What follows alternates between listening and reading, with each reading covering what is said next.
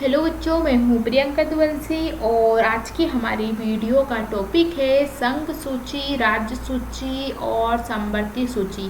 पिछली वीडियो में हमने कॉन्स्टिट्यूशन की 12 अनुसूचियों को पढ़ा था। उसमें हमने 7वें नंबर की जो अनुसूची थी उसके अंदर इन तीनों अनुसूचियों को देखा था।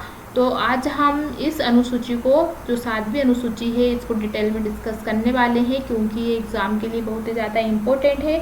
इससे आपको समझने में आसानी होगी कि संघ सूची, राज्य सूची और समवर्ती सूची क्या है और इनके अंदर कौन कौन से विषयों को ऐड किया गया है।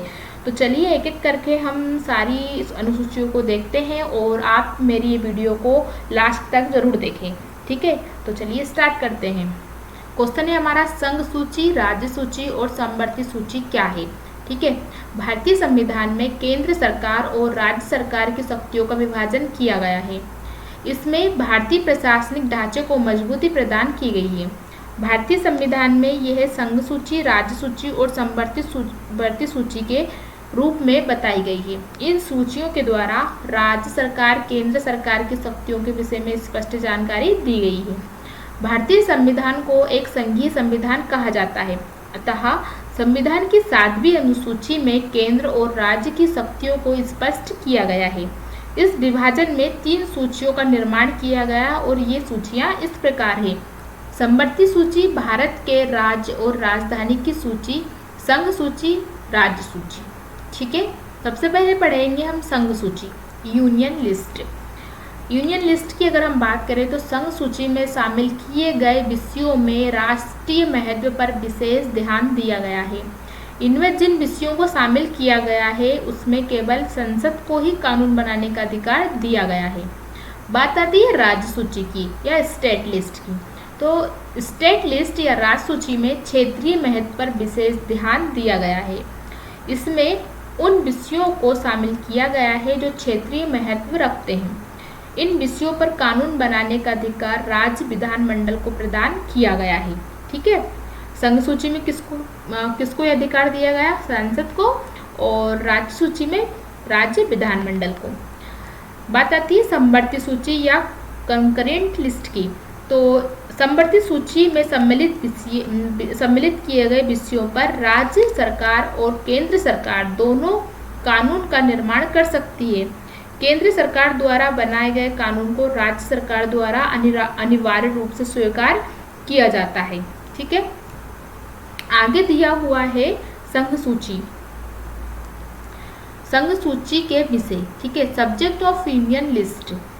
इसमें राष्ट्रीय महत्व से संबंधित विषय सम्मिलित किए गए हैं, जैसे भारत की रक्षा, विदेशी कार्य, वायु मार्ग, करेंसी और सिक्का, रेल, बैंक, टेलीफोन, डाक और तार इत्यादि। इसमें 100 विषयों को सम्मिलित किया गया है। ठीक है, जैसे विदेशी मामले, रेडियो, टेलीविजन, डाकघर, बचत, बैंक शेयर, बाजार, बैंकिंग, बीमा, रक्षा, रेलवे, जनगणना निगम, कर, इस प्रकार बहुत सारे विषय हैं। और टोटल विषयों की अगर हम बात करें तो टोटल इसमें 100 विषय हैं। ये एग्जाम में क्वेश्चन पूछे जाते हैं कि संघ सूची में कितने विषय हैं, तो आप ये याद रखिए डेटा कि संघ सूची में टोटल 100 विषय हैं। ठीक है, बात आती है स्टेट लिस्ट की या राज्य सूची के विषय या सब्जेक्ट ऑफ स्टेट लिस्ट। वर्तमान समय में राज्य सूची में 61 विषयों को सम्मिलित किया गया है। ठीक है, कुछ एग्जाम्पल है जैसे न्यायालय, राज्य पुलिस, जिला अस्पताल, सफाई, पशु, सिंचाई, कृषि, सड़क, वन, रेलवे और पुलिस, वन, वाट एवं नाप इत्यादि।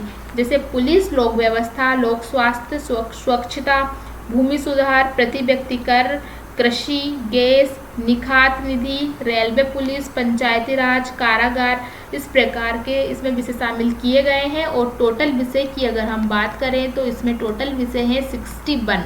ठीक है, ये डेटा आप याद रखिए। एग्जाम में ऐसे ही क्वेश्चन पूछे जाते हैं कि राज्य सूची में टोटल कितने विषय हैं, तो इसमें है 61। ठीक है, नेक्स्ट देखते हैं। नेक्स्ट है हमारी समवर्ती सूची। समवर्ती सूची सब्जेक्ट ऑफ कंकरेंट लिस्ट। समवर्ती सूची के अंतर्गत कुल 52 विषयों को सम्मिलित किया गया है, जैसे शिक्षा, दीवानी एवं फौजदारी मुकदमे, श्रम कल्याण, कारखाने, समाचार पत्र, वन, आर्थिक एवं सामाजिक नियोजन, प्रदूषण नियंत्रण, परिवार नियोजन, बांट माप इत्यादि।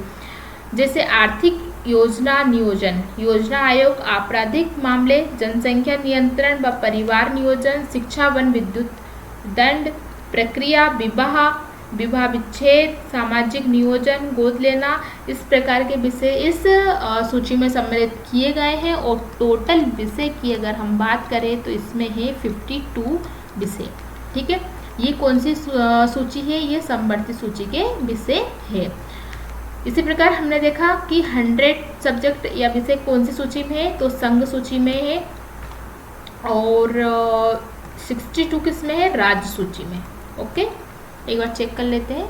61 है, सॉरी 61 किस में है? राज्य सूची में या स्टेट लिस्ट में है 61 विषय। ठीक है, आगे देखते हैं। अगर कोई विषय किसी भी सूची में ना हो तो क्या होगा, मतलब उस विषय पर कौन कानून बनाएगा, ऐसा क्वेश्चन भी पूछा जा सकता है। तो ऐसी स्थिति में केंद्र सरकार को संविधान द्वारा प्राप्त अधिकारों के आधार पर ऐसे विषय पर कानून बनाने की शक्ति प्राप्त है जो ना राज्य सूची में हो ना ही समवर्ती सूची में। इसे केंद्र सरकार की अपशिष्ट शक्ति कहा जाता है। ठीक है, अगर आपसे क्वेश्चन पूछे कि केंद्र सरकार की अपशिष्ट शक्ति क्या है, तो ऐसी शक्ति जिसमें वह विषय शामिल हो जिस पर कानून बनाने का अधिकार ना ही समवर्ती सूची के पास हो और ना ही राज्य सूची के पास हो। तो ऐसे विषयों पर जो केंद्र सरकार कानून बनाती है उस शक्ति को कहा जाता है अपशिष्ट शक्ति। ठीक है, इस प्रकार हमारी ये वीडियो यहीं पर समाप्त होती है। बच्चों, अगली वीडियो में हम मिलते हैं नेक्स्ट टॉपिक के साथ। Thank you.